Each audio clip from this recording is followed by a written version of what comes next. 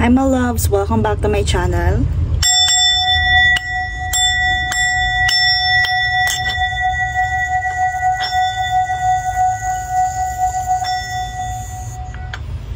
In today's reading, we will going to read some love situation, and let's see kung para kanino to for my collectives. I feel na may mga something, if you are dealing with something chaotic energy right now, and sabihin natin na mayroong kailangang makarinig ng message na to. Let's see the situation.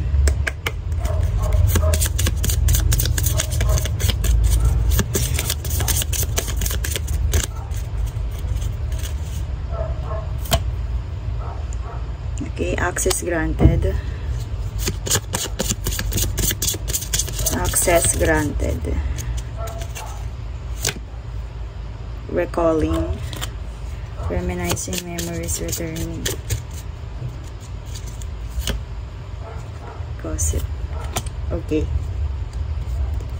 Okay, for this love situation, I feel na you are currently very emotional right now. For most of my collectives, you are dealing with lots of emotional turmoil, and the reason is because of this love energy or love situation right now. Meron kang mga nakikita sa paligid. I also feel na ito ay for most of my collectives na dealing with their, sabihin nating, in separation. In separation. Yes. Nagbuklat ako, ayan. In separation or isolated or in isolation. If you feel the loneliness, if you are withdrawn right now, or you feel being stuck, if you feel that, so ikaw yung nasa hermit mode right now, my dear collectives. Most of my collectives na nakakapanood nito is dealing with loneliness, antisocial, and feeling rejected or in a rejection situation. So ikaw, sabihin natin na you are currently feeling so lonely, sabihin natin emotional, na parang hindi mo matanggap, hindi mo nai-imagine mo pa rin, you're being stuck, nakikita mo yung mga nangyari sa past, nagbabalik sa'yo yung hurt, yung pain, yung loneliness na naidulot sa'yo ng nakaraan. You're feeling stuck. And isa sa mga nakapagpadagdag noon, nakapagpa-trigger ng ganyang nararamdaman mo is this. You saw something sa social media na sabihin nating your person is pinapakita niya na she or he was really okay. Pinapakita niya, tingnan niyo mabuti. Pinapakita niya sa social media na masaya siya, okay siya, na parang perfect ang life niya, glowing siya. Yan yung pinapakita niya. Look at the kiss. Napaka-colorful, but deep down, tingnan nyo. Diba? Very shallow. Pero, kumbaga, isa nga sa nakapagpa-trigger sa'yo is your person. Pinapakita niya na siya okay. Samantalang ikaw, nandyan, nagdurusa sa isolation, feeling withdrawn, feeling rejected, lonely. Okay? Sobra kang nasasaktan sa nakikita mo sa social media. But, once na narinig mo to, I really confirm this to you na hindi siya nagpapakita ng totoo. Hindi niya ipinapakita yung totoo. Ayan, tingnan nyo. Shallow. Kumbaga, sa social media niya lang yun ipinapakita. Pero deep down, kung makikita nyo, nandun pa rin siya sa sabihin nating blank slate, nandun pa rin siya sa shallow self. Hindi pa siya okay. Hindi siya okay. Kumbaga, ipinapakita lang niya sa social media, of course, dahil nga inseparated kayo, baka dun mo siya nakita or nakita mong eto, one of the sign din kung nagpalit siya ng profile picture. Okay, pinapakita niya yung kanyang personality sa social media na okay siya, na he or she as emperor or empress, yun ang kanyang ipinaportray sa social media. And kung makikita mo, ang daming positive comments, ang daming masaya yung kapag pinapakita niya. And isa yan sa nakapagpatrigger ng loneliness mo, na ikaw until now you are dealing with the past, clinging doon sa past na hindi mo matanggap, hindi mo alam kung mag-move forward ka ba, dahil itong person na to parang nag-move forward na, parang okay na okay siya sa life, samantalang ikaw, you feel isolated and withdrawn. And yun nga, you still reminiscing, you still recalling your sabihin natin, your person, inaalala mo pa rin siya, and sabihin natin yung memories, nandun ka, nakahawak ka sa memories. Okay, nakahawak ka sa memories. And ito, yung energy niya na to, yung pagiging fake niya sa social media, is nagkakos din ng lots of, sabihin natin, gossip. Lots of, sabihin natin, talk. Kasi andun nga, maraming compliment, yes, okay na, okay itong si person. Si collectives kaya, kumusta kaya si collectives? Ano na kaya nangyayari kay collectives? Ang nangyayari is, you both are laman ng gossip. And some of our collectives, their person, also dealing with lots of jealousy and envy na nakapaligid sa kanila. Okay. I feel that this connection, sabihin natin, pag kayong dalawa yung sabihin natin nag-connected, maraming gossip, maraming jealousy. Because your person mo din is sabihin natin biktima ng ganon. Although ikaw na sabihin natin magkaiba kayo sa part na to, magkaiba kayo sa part na to eh. Kumbaga, ikaw talagang, kung hermit mode ka. Pero si person mo, kumbaga, pinipilit niya ipakitang malakas siya. Okay? Pinipilit niyang ipakitang malakas siya. So, isa yun sa, sabihin natin, you are under a manipulative trick. Kumbaga, nagiging decisive yung nagpapadala ka sa mga nakikita mo right now, kaya maaaring ito din yung nagkokos sa'yo ng emotional turmoil. You're feeling rejected kasi itong partner mo napakaganda. Pwede din ganito, itong partner mo ang ganda ng energy sa kanya, ang ganda sa social media. Kasi right now, kumbaga doon na lang kayo magkakaroon ng updatean sa social media, dahil nga ito ay para sa ating collectives na in separation. And ayan, maganda yung kanyang standing, but this energy gives a lots of gossip, lots of envy. You both, for those of you, sa inyong dalawa ng person mo, napapalibutan kayo ng maraming jealousy. Okay? So, para saan to? Kumbaga, ano ba yung kailangan mong maramdaman dito? Bakit kumbaga, ba't nararamdaman mo yung mga ganitong bagay? Because, you're still reminiscing the memories. Okay, let's see. Supporting. You're still reminiscing, still recalling eh.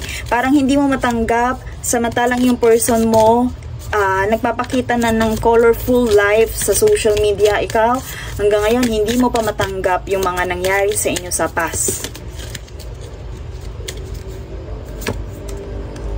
Emotions, diba? Look deep within your emotions. So, yan, kumbaga,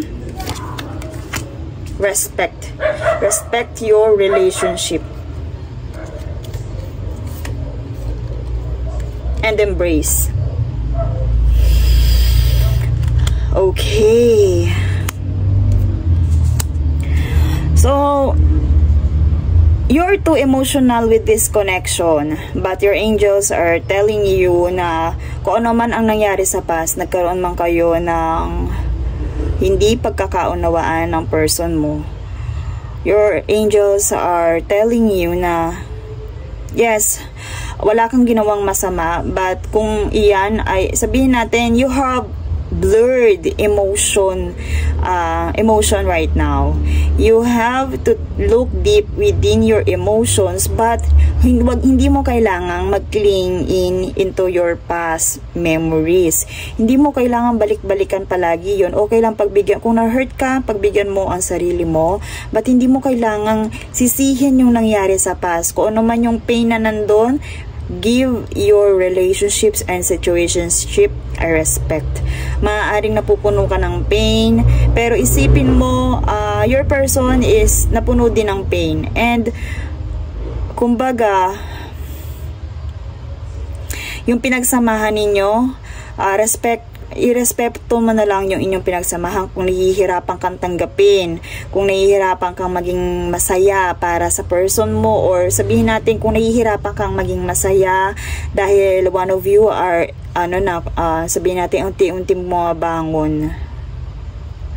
Kung iniisip mo na hindi, sabihin natin parang hindi deserve ganon ng iyong person ito, irespeto mo na lang yung inyong nakaraan. Irespeto mo na lang din, and kung sabihin natin nasaktan ka talaga ng grabe ng person mo, isipin mo, siya lang ba talaga ang nakapanakit? Okay? And maaaring itong connection na to or situation na to ay naging tampulan ng gossip. Okay? So, irespeto nyo ang isa't isa na parehas kayong biktima. And, kung hindi mo matanggap, maaari kasing ganito, natakot ka, na-trigger ka, na itong person mo ay unti-unti nang bumabangon mula dito sa naging issue ninyo. And, kung hindi mo matanggap, kasi nandito yung embrace, kung hindi mo matanggap na yung person mo ay unti-unti bumabangon, your angels are telling you na you have to embrace what destiny has in store for you, for both of you.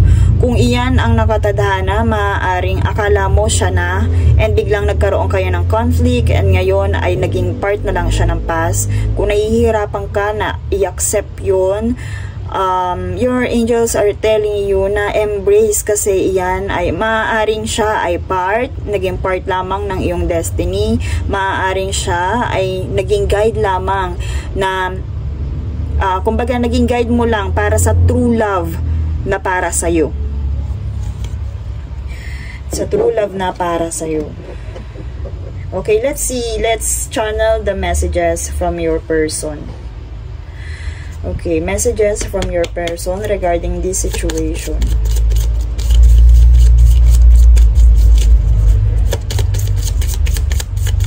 Emotions, you're full of emotions. You need to give respect. Kung ano man ang naging samahan ninyo, huwag mong totally na, kumbaga, kalimutan yun. But, hanggang doon, hindi mo na kailangan mag-cling into sa past. Hindi mo kailangang mag-recall. Kung nasasaktan ka lang din, kailangan mo na yung pakawalan. And embrace. Tanggapin mo na maaaring hanggang dito na lamang yung inyong connection.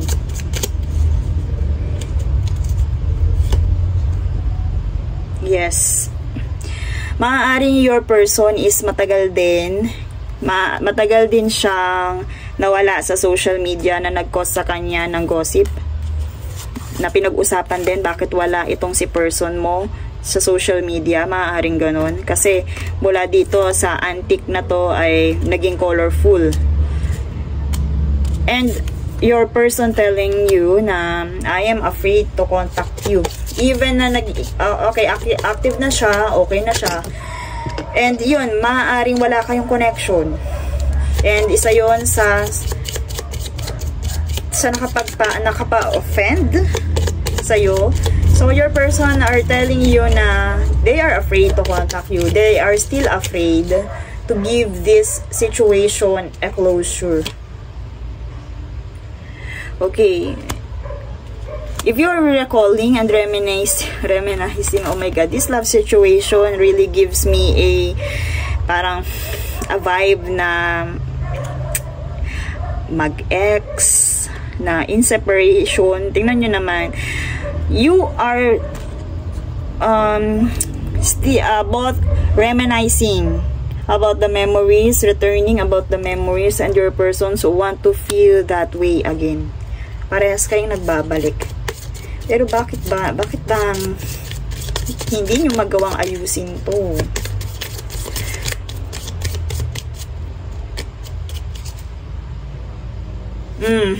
Ayan, oh. Because of this. Intoxicating. Just being near you. I feel that this is not the perfect timing for you. May mga taong, sabihin natin, may mga taong involved. May mga taong, kumbaga, nagko-control. And sabihin na natin, both of you are naninindigan doon sa actions na ginawa ninyo for your situation.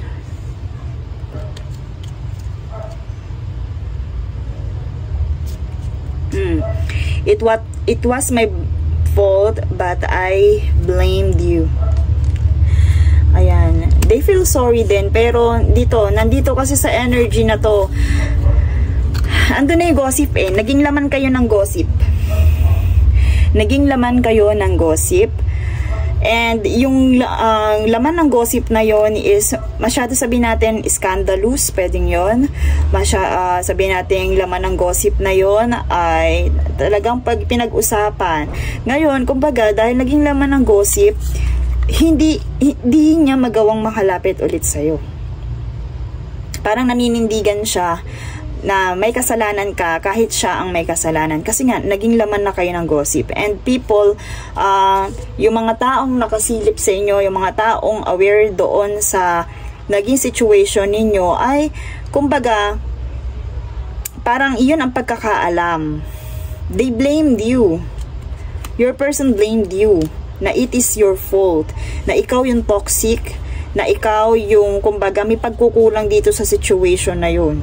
And yun ang pagkakaalam. Yun ang clear na, they clearly see by the person surrounds you.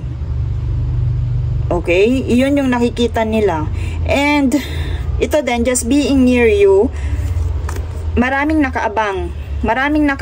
Kumbaga, I feel the toxic connection here eh. Na yung, kumbaga, naging toxic ang connection because of the people surrounds sa'yo at sa yung person. Ayan o, tingnan nyo. Kayong dalawa nasa hermit mode, nagre-reminisce, pero yung mga taong nakapaligid sa inyo, masaya. Look. Okay, I feel na hindi mo kailangang magtanim ng galit sa person na to. You are both victims by the surroundings. So, last one from message from your person. Nakatingin sila sa inyo. Kumbaga, gusto nilang maging updated sa inyo. Kaya hindi siya makalapit sa'yo. Okay? Kaya hindi din siya makalapit sa'yo. Diba? I want to tell you how I feel. But anong sabi niya? Just being near you is intoxicating. Okay, alam niya, I want to tell you how I feel. Gustong-gusto niyang lumapit sa'yo, pero alam niyang maraming nakatutok sa inyo at pwedeng mag-cost yun ng lots of gossip. Lots of gossip. Because Hindi niya mapapanindigan yung ginawa niya before sa'yo. It was my fault. Kumbaga, hindi niya mapapanindigan yun. If ever nalalapit siya sa'yo, kailangan niyang itama itong pagkakamali, itong blaming na ginawa sa'yo. So maybe hindi pa siya ready gawin yun, kaya hindi niya yun hindi kanya ma-i-approach. Okay, message. I feel na may something sa inyong dalawa, but your connection is for, sabihin natin, 5D dimension. Kayo ay biktima ng nasa 3D, and okay kayo sa 5D, but your 3D is really toxic.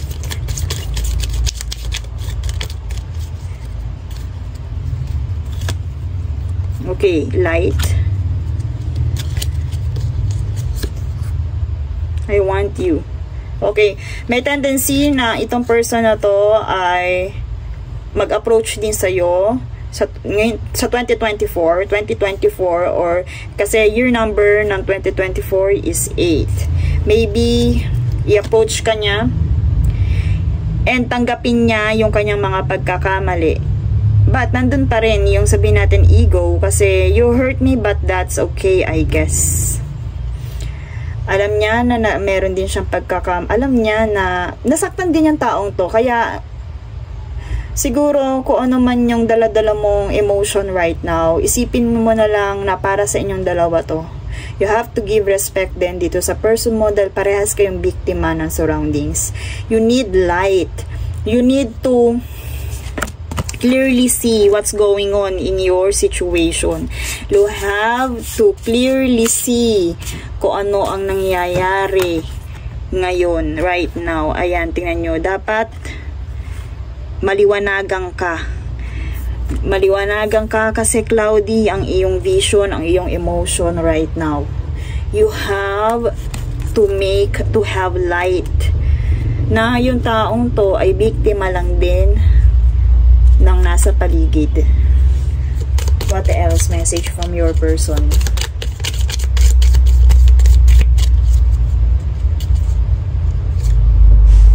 Okay, ayan. Siya na ang nagsasabi, time to ground yourself. Kasi nga, even he or she, nararamdaman din niya eh. Nararamdaman din niya na you are too emotional. Or sabihin natin, your person's higher self ay nararamdaman na nandun ka deep down, na ikaw ay, sabihin natin, punong-puno ka ng emotion, maaaring nakikipag-connect siya sa'yo sa astral, and maaaring doon ka nagkikling, doon sa, sabihin natin, if you are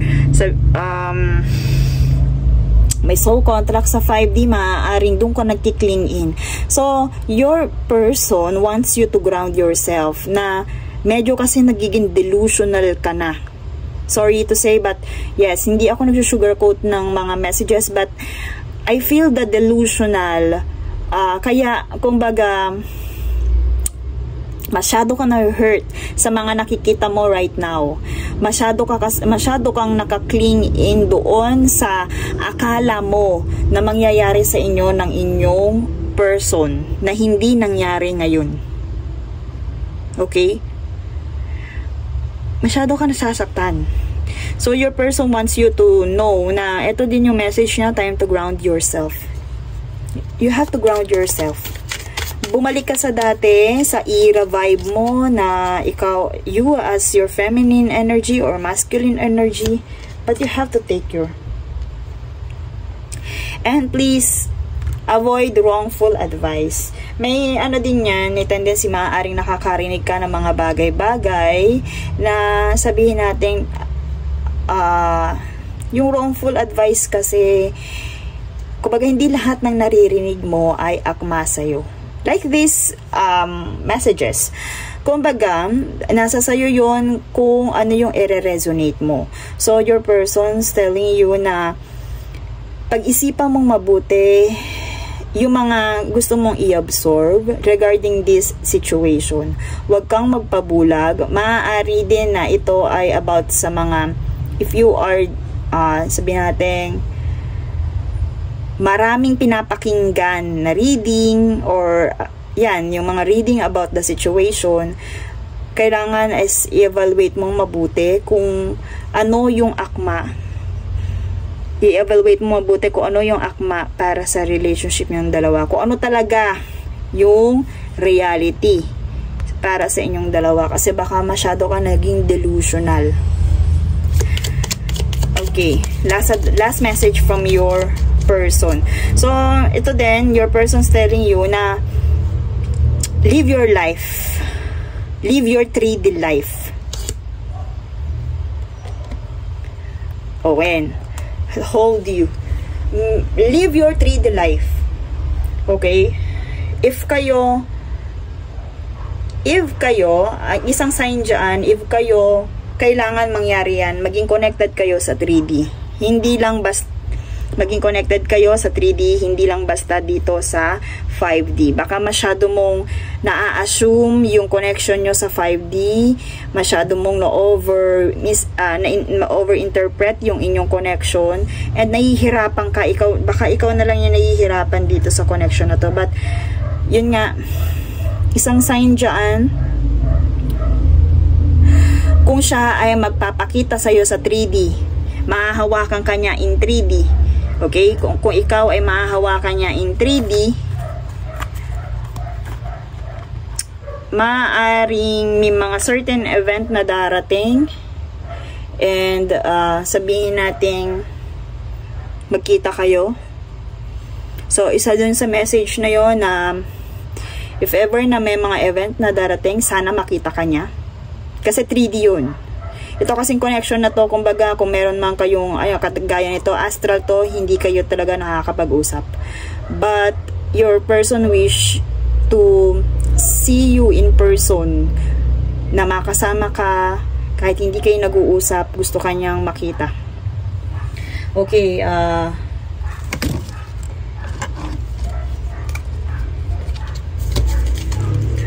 love angel messages.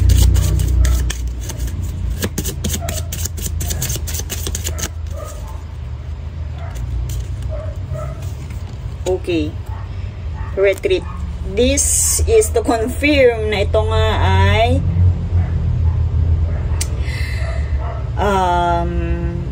in separation. Ito nga yung hermit mode ninyong dalawa. Actually, yes, kayong dalawa yung nasa hermit mode. But your person, pinapakita niya kasi na parang okay siya. But deep down, siya ay nasa hermit mode pa rin. Okay? It's time to disconnect from the world para sa inyong dalawa. Kayong dalawa yung kailangang mag-heal. Pero kumbaga, ang daming tao na nakapaligid sa inyo na nagiging gossip, nagiging gossip yan. So, isipin nyo na lang na kayong dalawa yung nangangailangan nito. Yung situation na to, kayong dalawa. But your angels are telling you, kaya ka i-guide dito sa reading na to, na wag kang masyadong wag mong pabayaan sarili mo. Wag mong ibaon yung sarili mo dyan.